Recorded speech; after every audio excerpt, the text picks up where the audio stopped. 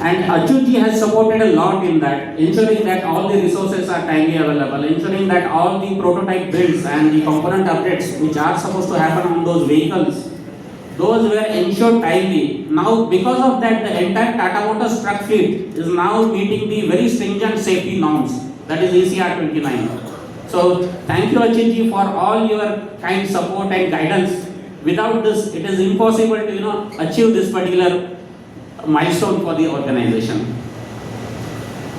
आणि अल्लाट साहेबांबरोबर बोलायचं झालं तर एक खूपच आनंदी आणि प्रसन्न व्यक्तिमत्व.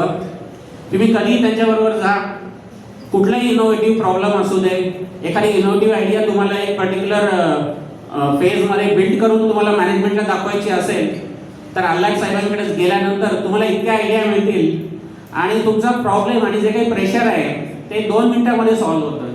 असं बऱ्याच वेळेला अनुभव आलेला आहे आणि त्याच्या पाठीमागे त्यांची जी आध्यात्मिक शक्ती आहे ती बऱ्याच वेळा त्यांना हेल्प करत राहिली आणि त्याच्यामुळेच त्यांच्याबरोबर सुद्धा ज्यांनी काम केलं त्यांनी एक पर्टिक्युलर विशिष्ट प्रकारचा फ्रेंडशिप बॉन्ड डेव्हलप केलेला आहे. आणि अशी 2 व्यक्तिमत्व आज रिटायर होत आहेत. तर माझ्याकडून या दोन्ही व्यक्तींना खूप खूप शुभेच्छा.